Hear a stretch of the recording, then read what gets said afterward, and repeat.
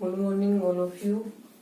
BSc second year में unit 5 में अपना जो सेकेंड टॉपिक चल रहा था जलीय विलायक, सेकेंड पार्ट था ये जलीय विलायक। उसमें चल रहा था टाइप ऑफ सॉल्वेंट, विलायकों के प्रकार। विलायकों का जो वर्गीकरण है वो अलग अलग आधार पे किया गया था। सबसे पहले विलायकों का वर्गीकरण वो किसके आधार पे किया गया था? प्रोटॉन के प्रति उस विलायक का व्यवहार क्या है, उसके आधार पे विलायकों का वर्गीकरण किया गया था। तो प्रोटॉन के प्रति व्यवहार के आधार पर 3 प्रकार के विलायक बताए थे।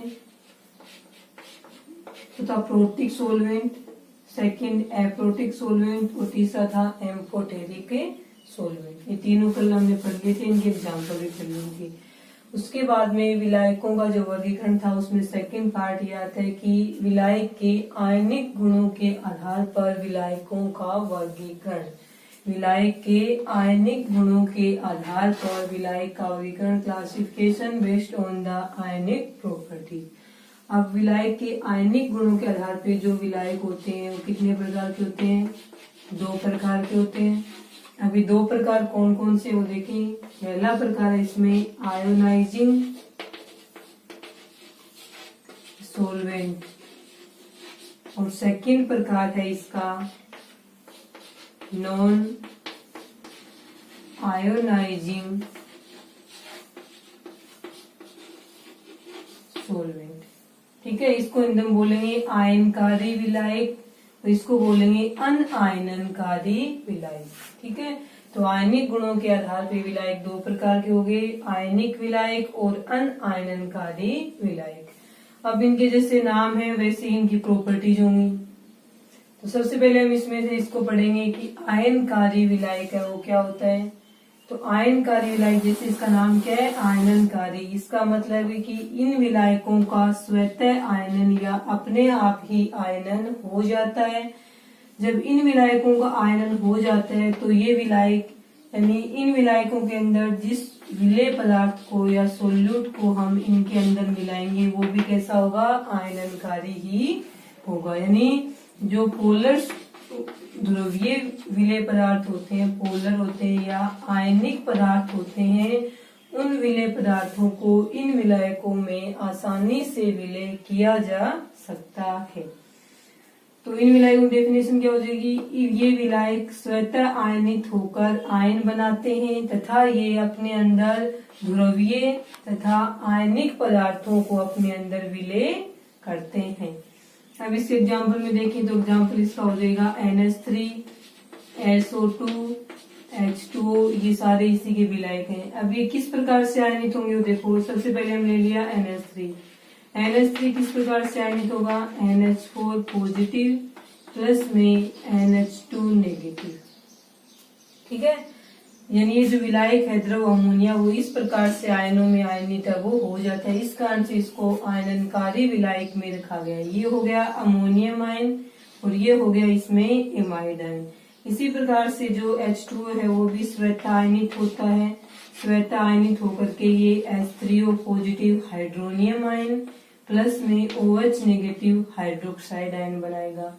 इसी प्रकार से जो SO2 है वो भी आयनित होता है और आयनित होकर के ये SO+2 प्लस में SO3 नेगेटिव 2 बनाएगा। ये है इसका थायोनिल आयन और ये हो जाएगा इसका सल्फाइड आयन। तो वे विलायक जो स्वतः आयनित होकर आयन्स बनाते हैं, यानी विलायक के धनायन और विलायक के ऋणायन बनाते हैं, वे आयननकारी विलायक कहलाएंगे। और इन विलायकों में ध्रुवीय यानी पोलर और आयनिक जो विलेय पदार्थ होते हैं वो इन विलायकों में आसानी से विलय हो जाते हैं। ठीक है, यानी ध्रुवीय और आयनिक पदार्थ हैं वो आयनिक विलायकों में ही विलय होते हैं। वो तो ना समान समान को बोलता है, तो ध्रुवीय विलेय पदार्थ आयनिक विलायकों में विलय होंगे और आयनिक विलेय पदार्थ भी आयनिक विलायकों के अंदर विलय होते हैं। ये तीनों इसके क्या हो गए? एग्जाम्पल हो गए। लिक्विड अमोनिया आयनित होकर ammonium ion, amide ion, hydronium ion, hydroxide ion, thionyl ion, sulphide ion है वो बना लेंगे। ये थे इसका फर्स्ट पार्ट। अब इस आयनिक गुणों के आधार पर जो सेकेंड पार्ट था वो था इसका नॉन आयोनाइजिंग सोलवेंट, यानी अनआयननकारी विलायक। हिंदी में बोलेंगे इसको अनआयननकारी विलायक। अब इसके अंदर देखें अनआयननकारी विलायक में, जैसा इसके नाम से दिख रही है कि अनआयननकारी का मतलब क्या है कि ये आयनित, स्वतः आयनित होकर आयन नहीं बनाते हैं। यानी इस कैटेगरी में आने वाले जो विलायक होते हैं वो स्वतः आयनित होकर आयन नहीं बनाएंगे। तो इनके अंदर विलेय कौन से पदार्थ होंगे? जो नॉन पोलर सोलवेंट होते हैं, सॉरी नॉन पोलर पदार्थ होंगे, यौगिक होंगे, या इनको बोलेंगे है ध्रुवीय पदार्थ, या फिर इसके अलावा कौन से होंगे? जो नॉन आयनिक पदार्थ होते हैं, यानी कोवलेंट यौगिक होते हैं। नॉन आयनिक को क्या बोलेंगे हम? कोवलेंट बोलेंगे। यानी अध्रुवीय और सह संयोजक यौगिक हैं वो इस प्रकार के विलायकों में विलय होंगे, क्योंकि समान समान को बोलता है, उस आधार पे अध्रुवीय या सह संयोजक यौगिक इन विलायकों में विलय होंगे। इन विलायकों के एक प्रकार से हम अध्रुवीय विलायक भी बोल देते हैं, ठीक है। और पीछे वाले जो आयनोनाइजिंग थे उनको हम ध्रुवीय विलायक है वो बोल देंगे। तो अध्रुवीय और सह संयोजक यौगिक हैं वो इस प्रकार के विलायकों में विलय होंगे, और ये विलायक स्वतः आयनित होकर आयंस नहीं बनाते हैं। इसके एग्जाम्पल हो जाएंगे, जैसे हमने बोल दिया CHCl3 क्लोरोफोरम, ये इसका एग्जाम्पल हो जाएगा। उसके अलावा इसका सेकंड एग्जाम्पल हो जाएगा बेंजीन, C6H6 बेंजीन। ये दोनों है वो इस वर्ग में रखे जाएंगे, ठीक है। तो आयनिक गुणों के आधार पे दो प्रकार के विलायक हो गए, आयननकारी और अनायननकारी। आयननकारी विलायक थे वो स्वतः आयनित होकर आयन्स बनाते हैं, तथा उन विलायकों में ध्रुवीय और आयनिक पदार्थ है वो विलय होंगे। एग्जाम्पल देखे थे इसके H2O, NH3 और SO2। उसके बाद सेकंड टाइप ये था अनआयननकारी विलायक। ये विलायक स्वतः आयनित होकर आयन्स नहीं बनाते हैं, तथा इन विलायकों में अध्रुवीय व सह संयोजक यौगिक विलय होते हैं। और ये दो इसके एग्जाम्पल हैं, CHCl3 और C6H6 बेंजीन। इसके अलावा एग्जाम्पल और देखें CCl4 कार्बन टेट्राक्लोराइड है वो भी इसी वर्ग में रखा जाएगा। ये था इसका विलायकों का सेकंड वर्गीकरण, जो कि आयनिक प्रॉपर्टीज पे बेस्ड। उसके बाद विलायकों का थर्ड क्लासिफिकेशन देखें।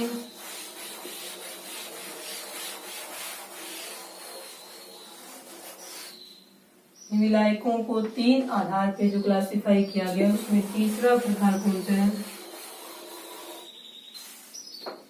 Based on relation with water, इसका तीसरा वर्गीकरण, यानी जल के साथ संबंध के आधार पे वर्गीकरण। तीसरा प्रकार है जल के साथ संबंध के आधार पर वर्गीकरण। इस आधार पे जो विलायक होते हैं वो दो प्रकार के होंगे। अब ये दो प्रकार कौन कौन से होते हैं? पहला इसमें एक्वस सोलवेंट,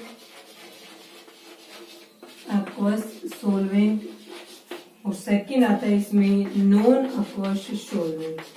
जल के आधार पर, जल के साथ संबंध के आधार पे विलायक दो प्रकार के होंगे, एक्वस सोलवेंट और नॉन एक्वस सोलवेंट। इसमें इसको बोलेंगे जलीय विलायक, और ये होता है इसमें अजलीय विलायक। अब इन दोनों को अलग अलग से पढ़ना है।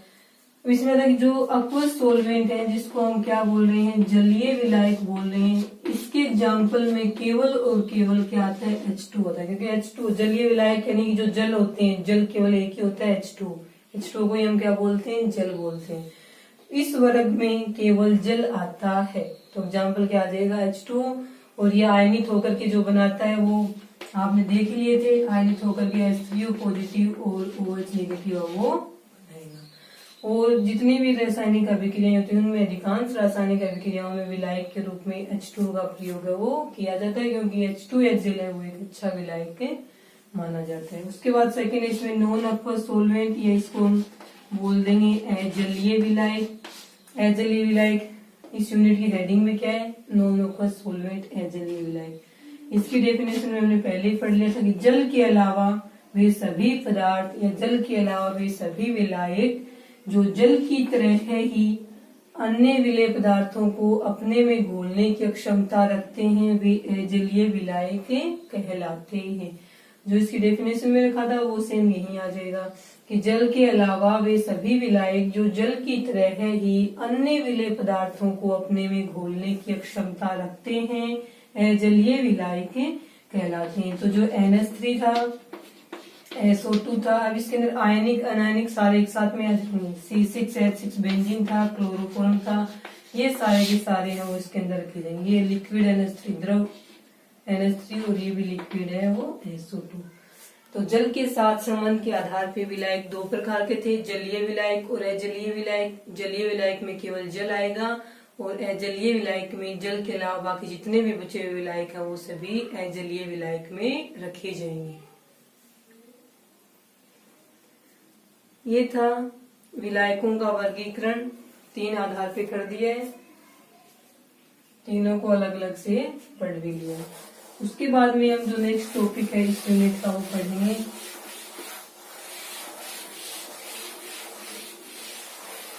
नेक्स्ट टॉपिक है इसका प्रॉपर्टीज ऑफ सॉल्वेंट।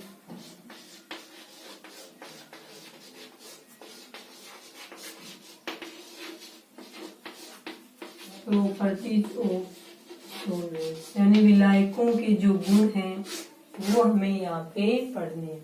विलायकों के गुण में अब 2 प्रकार के मान सकते हैं कि मान लीजिए विलायकों के गुण हम 2 कैटेगरी में डिवाइड करें तो फिजिकल प्रॉपर्टीज और सेकंड हम इसमें क्या पढ़ेंगे केमिकल प्रॉपर्टीज। तो केमिकल प्रॉपर्टीज में मोस्टली विलायकों के गुण, केमिकल प्रॉपर्टीज में तो केवल 2 ही आते हैं, एक तो ऑक्सीडेशन रिडक्शन वाला या अपचायिक वाला और ऑक्सीकारक गुण, और एक इसके अंदर आ जाता है एसिडिक और बेसिक यानी अम्लीय गुण और क्षारीय गुण। ये 2 इसमें आएंगे और बाकी बचे हुए जितने भी गुण है गलनांक, क्वथनांक, द्विध्रुव, आगुण, क्षारता, ये सारे के सारे वो फिजिकल प्रॉपर्टीज में आएंगे। तो हम इनको एक साथ में पढ़ लेते हैं। विलायकों के जो गुण है उनको यहाँ पे एक साथ में पढ़ेंगे, ठीक है। तो इसके अंदर सबसे पहले हम फिजिकल वाले पढ़ लेते हैं, फिजिकल प्रॉपर्टी क्या क्या है। उसके अंदर सबसे पहले जो विलायकों के गुण है उसमें आएगा boiling point, boiling point and freezing point।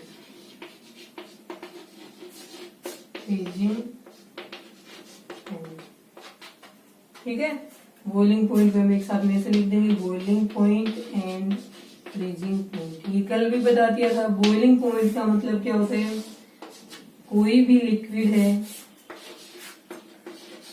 विलायक हमेशा किसमें रहेगा, जो सोलवेंट है वो हमेशा द्रव अवस्था में रहता है। बॉइलिंग पॉइंट का मतलब है कि वह ताप जिसके ऊपर लिक्विड है वो किस में चेंज हो जाए, वेपर में या गैस में चेंज हो जाए, वेपर स्टेट में या फिर गैस में चेंज हो जाए। और फ्रीजिंग पॉइंट कौन सा होता है, वह टेम्परेचर जिससे लो टेम्परेचर हो जाने पे, जिससे ये वाला तो इस वाले टेम्परेचर से हाई है और ये वाला इससे क्या है कम है, इसका जो टेम्परेचर है उससे ये वाला क्या है कम है और ये वाला टेम्परेचर क्या है इससे ज्यादा होगा। तो किसी भी द्रव का वह ताप जिससे कम ताप पर वह सॉलिड स्टेट में या ठोस अवस्था में आ जाए वो इसका क्या कहलाएगा, हिमांक बिंदु कहलाता है।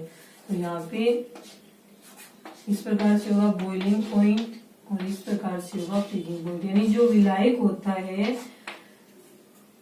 लिक्विड अवस्था में उसका जो टेम्परेचर होता है वो उस विलायक के क्वथनांक से कम तथा उस विलायक के हिमांक से क्या होगा, ज्यादा होगा। ये इन तीनों में क्या होता है, रिलेशन होता है। ठीक है, ये वाला इसके अंदर क्या है, रिलेशन। इसके बाद में देखें इसके अंदर कल हमने बताया था कि ये जो 2 पॉइंट होते हैं टेम्परेचर के, फ्रीजिंग पॉइंट और बॉइलिंग पॉइंट, क्वथनांक तथा हिमांक, उनके बीच में ही जो विलायक है वो द्रव अवस्था में रहेगा। तो कल ये बताया था कि अच्छा विलायक कौन सा माना जाएगा, जो अधिक समय तक या पर्याप्त समय तक द्रव अवस्था या लिक्विड अवस्था में रहे वो क्या माना जाएगा, अच्छा विलायक माना जाएगा।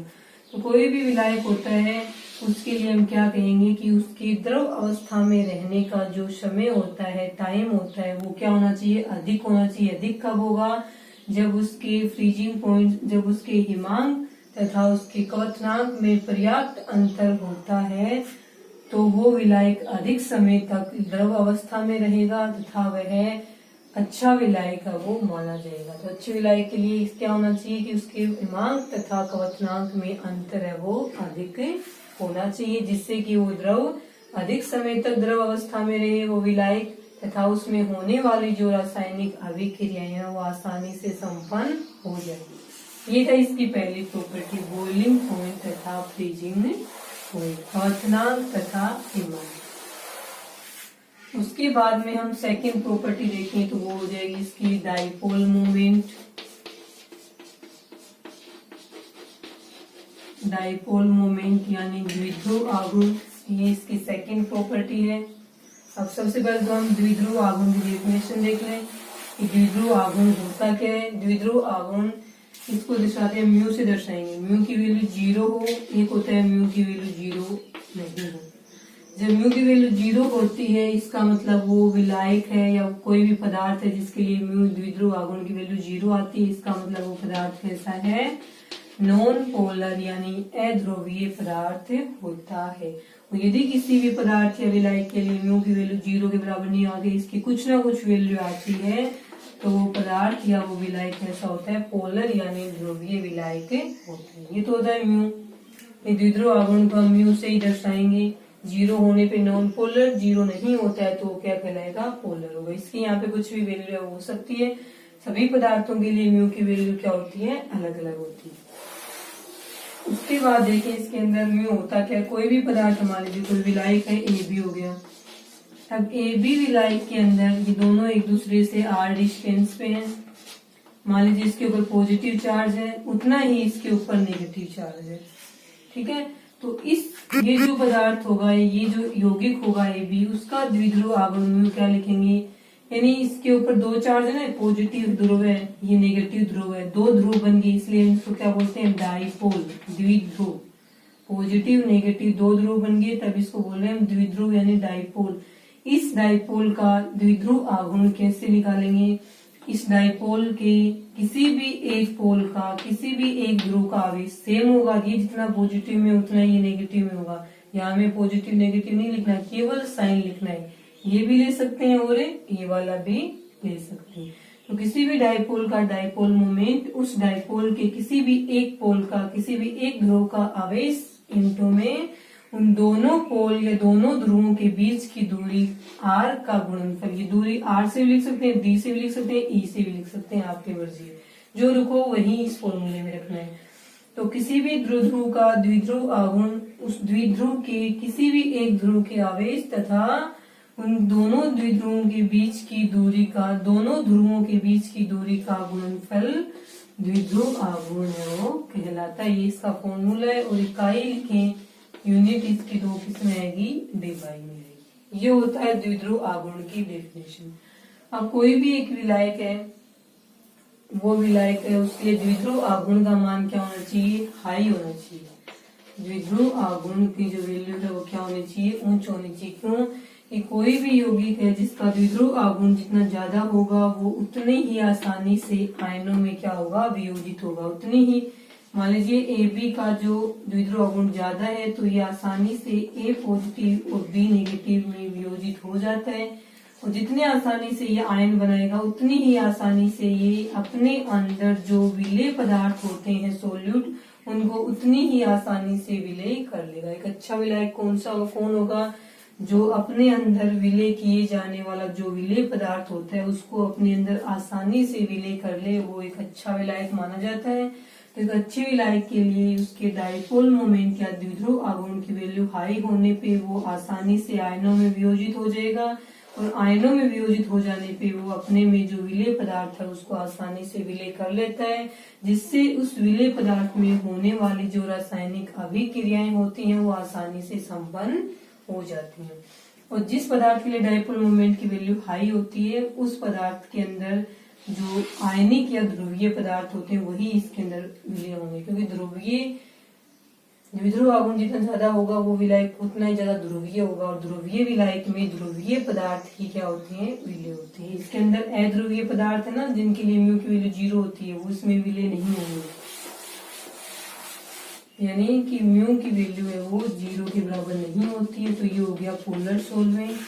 पोलर सोलवेंट जो होता है उसके अंदर जो ध्रुवीय विलेय पदार्थ होते हैं वही विलय होते हैं, समान को घोलता है। उस आधार पे ध्रुवीय पदार्थ ध्रुवीय विलायकों में विलय होंगे। और 0 होने पे ये बनेगा नॉन पोलर सोलवेंट। इनमें कौन से होंगे? अध्रुवीय पदार्थ। वे पदार्थ जिनके लिए म्यू की वैल्यू 0 होती है वे इसी विलायक में विलय होंगे, इसमें नहीं होंगे, क्योंकि समान समान को बोलता है उस आधार पर ध्रुवीय पदार्थ ध्रुवीय विलायकों में तथा अध्रुवीय पदार्थ है वो अध्रुवीय विलायकों में आसानी से विलय हो जाते हैं। ये था इसका सेकंड प्रॉपर्टी, डायपोल मोमेंट या द्विध्रुव आघूर्ण। तो वे विलायक जिनके द्विध्रुव आघूर्ण का मान उच्च होता है वे अच्छे विलायक है वो माने जाते हैं। उसके बाद में इसकी प्रॉपर्टीज में जो थर्ड प्रॉपर्टीज है वो आपकी है कल बताई थी, इसमें डाई इलेक्ट्रिक कांस्टेंट। उसके बाद इसमें विलायकों की जो प्रॉपर्टी चल रही थी उसके अंदर हमने अपना नेक्स्ट है इसके अंदर डाई इलेक्ट्रिक कांस्टेंट परावैद्युतांक। ठीक है, इसको आप साइलेंस से लिखते हैं। सबसे पहले हम इससे क्या देखेंगे? डेफिनेशन देखेंगे। डेफिनेशन में क्या आता है? अब ये किसका गुण है? सोलवेंट का। जो डाई इलेक्ट्रिक कांस्टेंट है वो किसका होता है? सोलवेंट का होता है। तो किसी विलायक के द्वारा अपने में विलय पदार्थ के आयनों के विद्युत आवेश को उदासीन कर सकने की अक्षमता ही उसका डाई इलेक्ट्रिक कांस्टेंट या परावैद्युतांक कहलाती है। किसी विलायक के द्वारा उसमें विलय पदार्थ के आयनों के विद्युत आवेश को उदासीन करने की क्षमता ही उस विलायक का परावैद्युतांक कहलाती है। इसे एप्सिलॉन से प्रदर्शित किया जाता है। ये इसकी डेफिनेशन है। सोलवेंट है विलायक, उसके अंदर विलय क्या होगा? सोल्यूट विलय होगा। सोल्यूट है जैसे मान लीजिए AB है, इसके जो आयंस बनेंगे उसमें होगा A पॉजिटिव और B नेगेटिव आयन। ये इसका विद्युत आवेश है पोजिटिव नेगेटिव। तो किसी विलायक के द्वारा अपने में विलय पदार्थ के आयनों के विद्युत आवेश को उदासीन करने की क्षमता ही उस विलायक का परावैद्युतांक कहलाती है।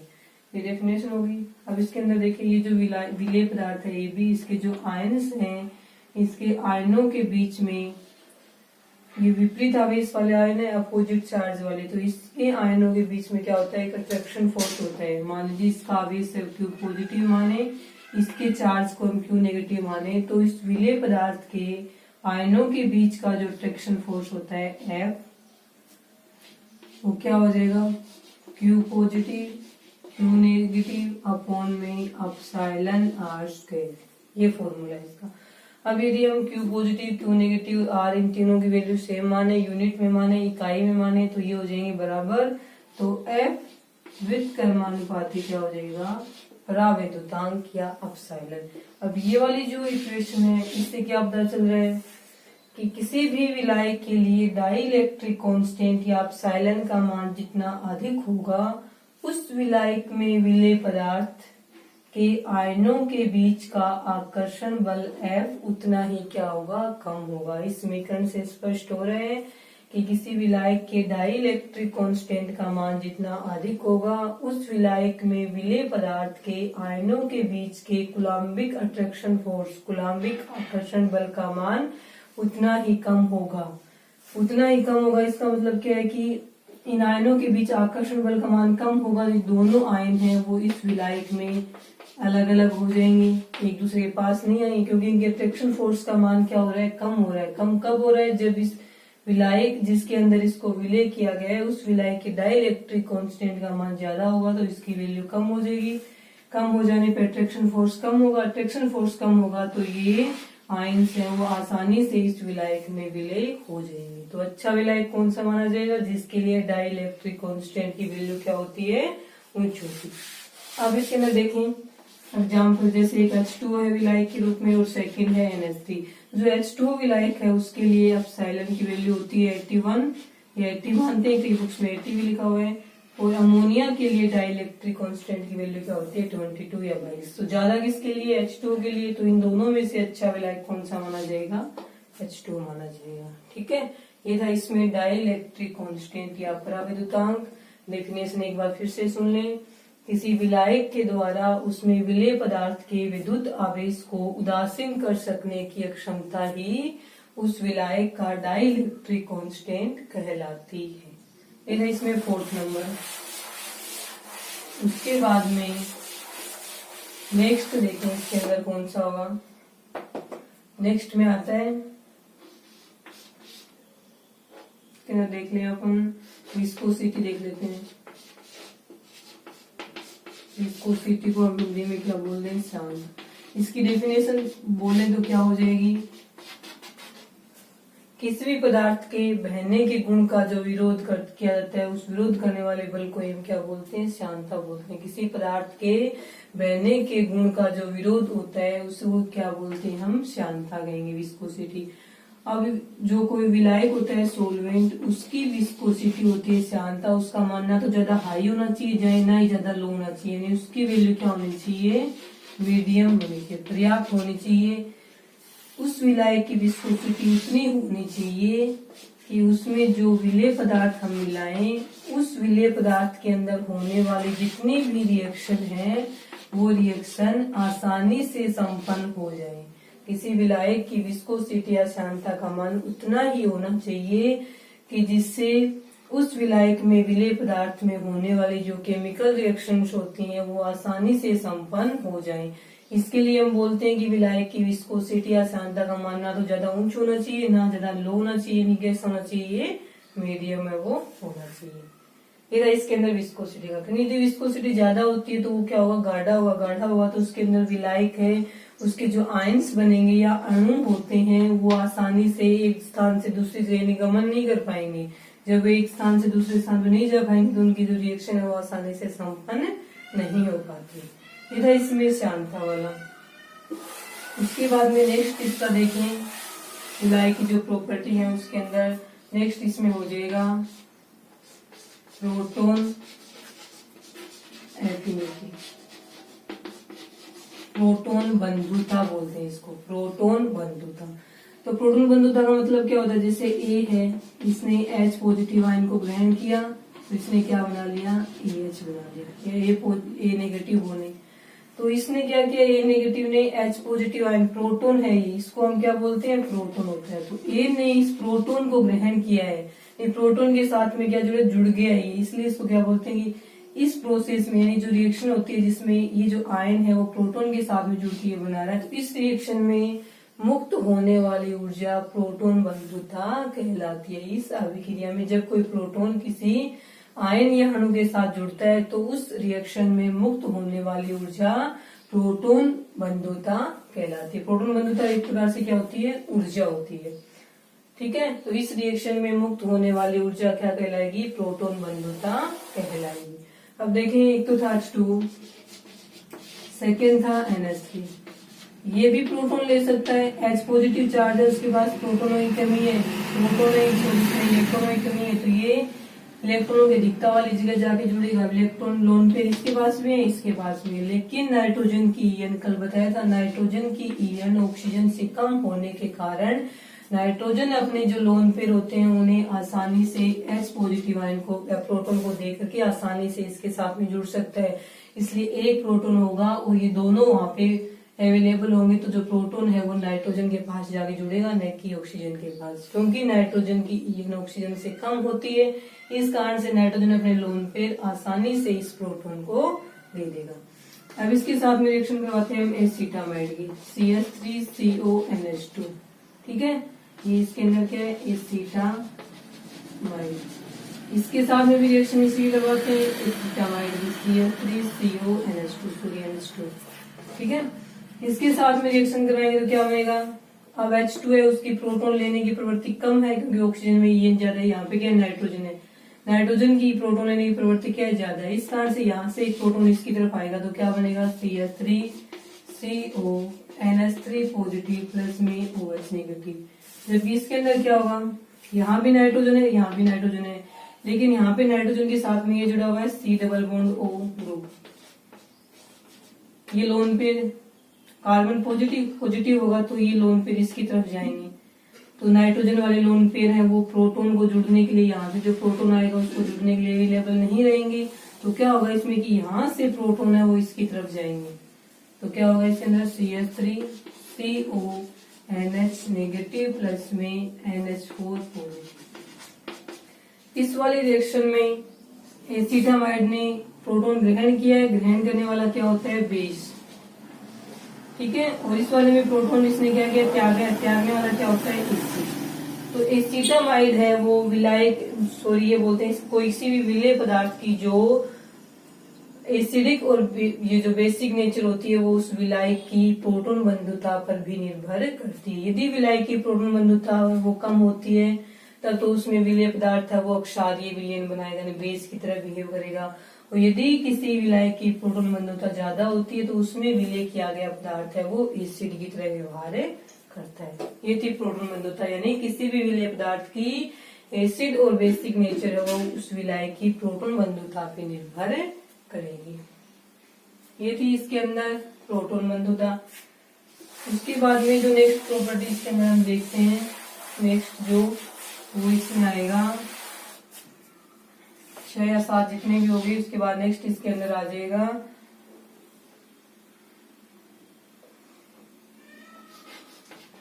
Acidic and basic nature. इसके एग्जाम्पल हमने पहले ही पढ़ लिए, ठीक है। जैसे वही एग्जाम्पल इसके अंदर की जो H2O है या फिर एसिटिक एसिड देखें हम CH3COOH है, प्लस में H2O के साथ जुड़ा हुआ है। दूसरे में यही CH3COOH है वो NH3 के साथ में जुड़ा हुआ है, ठीक है। तो इस वाले रिएक्शन में क्या होगा, CH3 C+O नेगेटिव प्लस में H3O पॉजिटिव। इस वाले रिएक्शन में क्या होगा, सेम यही CH3 C+O नेगेटिव प्लस में NH4 पॉजिटिव। यानी इन दोनों ही रिएक्शन के अंदर जो एसिटिक एसिड है CH3COOH एसिटिक एसिड है वो इस वाले में भी क्या कर रहा है, प्रोटॉन दे रहा है अपना, इस वाले में प्रोटॉन दे रहा है। प्रोटॉन देने वाला क्या होता है, एसिड। इसमें भी ये एसिड है और इसमें भी ये एसिड है, लेकिन फिर दोनों में फर्क ही क्या हुआ कि दोनों के अंदर हमें क्या देखना, स्ट्रेंथ देखनी है। यानी किसी भी विलायक की एसिडिक और बेसिक नेचर, यानी एसिड और बेसिक जो स्ट्रेंथ होती है विलायक की, उसके द्वारा उसमें विलेय पदार्थ की जो स्ट्रेंथ है वो निर्धारित होती है। यानी किसी भी विलेय पदार्थ की जो एसिडिक या बेसिक स्ट्रेंथ है वो उसमें उसके जो विलायक होता है जिसमें वो विलेय होता है उस विलायक की स्ट्रेंथ पे निर्भर करती है। तो विलायक की जो एसिडिक और बेसिक स्ट्रेंथ है वो विलेय की जो स्ट्रेंथ है उसको किस प्रकार से प्रभावित करेंगे, देखें। इस वाले के अंदर देखो प्रोटॉन ये ग्रहण कर रहा है, प्रोटॉन ये ग्रहण कर, लेकिन वही बात है H2O की प्रोटॉन ग्रहण करने की प्रवृत्ति NH3 से अलग होती है। हालांकि ऑक्सीजन की ईएन ज्यादा होती है नाइट्रोजन से, लेकिन ऑक्सीजन की प्रोटॉन ग्रहण करने की प्रवृत्ति H2O की NH3 से कम होगी। तो ये आसानी से प्रोटॉन ग्रहण नहीं करेगा, आसानी से ग्रहण नहीं करेगा, तो इस एसिड से प्रोटॉन आसानी से नहीं जा पाएगा, आसानी से नहीं जा पाएगा। ये प्रोटॉन बहुत कम निकल रहे हैं यहाँ से, तो जिसके अंदर प्रोटॉन वियोजित होने पे बहुत कम संख्या में प्रोटॉन निकलते हैं वहां पे वो कैसा होगा, वीक एसिड होगा। प्रोटॉन देने वाला एसिड है लेकिन आसानी से नहीं निकल रहे हैं तो वीक एसिड होगा। जबकि NH3 की प्रोटॉन ग्रहण करने की प्रवृत्ति ज्यादा होने के कारण यहाँ से प्रोटॉन अधिक संख्या में और तेजी से शीघ्रता से प्रोटॉन है वो इसकी तरफ जाएंगे, तो जल्दी से प्रोटॉन निकल रहे हैं, प्रोटॉन निकलने का रेट ज्यादा है, तो ये क्या हो जाएगा, स्ट्रॉन्ग एसिड हो जाएगा। तो यहाँ भी एसिडिक एसिड है, ये भी एसिडिक एसिड है, लेकिन विलायक चेंज कर देने पर इसकी जो स्ट्रेंथ है एसिड की वो क्या हो जाएगी, चेंज हो जाएगी, जो कि किस पे डिपेंड करती है, विलायक की एसिडिक और बेसिक स्ट्रेंथ पे डिपेंड करती है। ये हो जाएगा इसमें एसिडिक और बेसिक नेचर। उसके बाद एक लास्ट को देखो, छोटी सी है, उसमें ये आता है कि यदि कोई विलेय पदार्थ है, यदि कोई विलेय पदार्थ है वो विलायक के अंदर विलय होकर उसके साथ में क्रिया करके कोई कंपाउंड बना लेता है, वो कंपाउंड कैसा होना चाहिए, सोल्यूबल होना चाहिए, विलयशील यौगिक बना लेता है, तो उस विलेय की विलेयता उस विलायक में बढ़ जाती है। यदि कोई विलेय पदार्थ किसी विलायक के साथ क्रिया करके कोई विलयशील यौगिक बना लेता है, सोल्यूबल कंपाउंड बना लेता है, तो उस विलेय की विलेयता उस विलायक में ज्यादा हो जाती है। जैसे NH3 है, गैस फॉर्म में ये H2O के साथ में क्रिया कर रही है, तो क्रिया करके क्या बनाएगी, NH4OH अमोनियम हाइड्रोक्साइड बनाएगी, जो कि एक सोल्यूबल कंपाउंड है। इसी तरह से जो CO2 गैस होती है, इसको हम H2O विलायक में विलय करेंगे तो क्या बनाएगी, H2CO3 बना लेती है, बाई कार्बोनेट बनाएगी, सॉरी ये हाइड्रोजन कार्बोनेट बना लें इसके अंदर इसने ये। अब CO2 और NH3 गैस है, वो दोनों ही H2O विलायक के साथ में क्रिया करके ये क्या बना रही है, दोनों ही कंपाउंड कैसे हैं, सोल्यूबल कंपाउंड बना रही हैं। इस कारण से ये था अमोनियम हाइड्रोक्साइड, ये था कार्बोनिक अम्ल। अब NH3 और CO2 दोनों गैस H2 विलायक में विलय होकर सोल्यूबल कंपाउंड बना रही है। इस कारण से NH3 और CO2 दोनों की विलयता है वो H2O में क्या हो जाएगी, बढ़ जाएंगी। जबकि वे गैसें या वे पदार्थ जो H2O के साथ क्रिया करके इस प्रकार के सोल्यूबल कंपाउंड नहीं बना पाते हैं, उनकी विलयता H2O विलायक में क्या हो जाएगी, कम हो जाएगी। ठीक है, ये था यहाँ तक इसमें विलायकों की जो प्रॉपर्टीज हैं, केमिकल फिजिकल दोनों इसके अंदर साथ में आ गई। सबसे पहली कौन सी थी, बॉइलिंग पॉइंट और मेल्टिंग पॉइंट। उसके बाद नेक्स्ट थी डाइपोल मोमेंट। उसके बाद जो नेक्स्ट थी वो डाइलेक्ट्रिक कांस्टेंट। उसके बाद में एसिडिक और बेसिक स्ट्रेंथ, प्रोटॉन बंधुता हो जाएगी, प्रोटॉन एफिनिटी, विस्कोसिटी हो जाएगी और एक ही हो जाएगी। ठीक है, यहाँ तक था। इसके बाद जो आगे का जो नेक्स्ट टॉपिक है इसका, उसमें पढ़ना है हमें जो दो नॉन एक्वस सॉल्वेंट थे NH3, लिक्विड NH3 और सेकंड था लिक्विड SO2। इन दोनों को हम अलग अलग से पढ़ेंगे, दोनों के स्ट्रक्चर वगैरह पढ़ेंगे और इनमें होने वाले जो रासायनिक अभिक्रियाएं उनको पढ़ेंगे। आज के लिए इतना।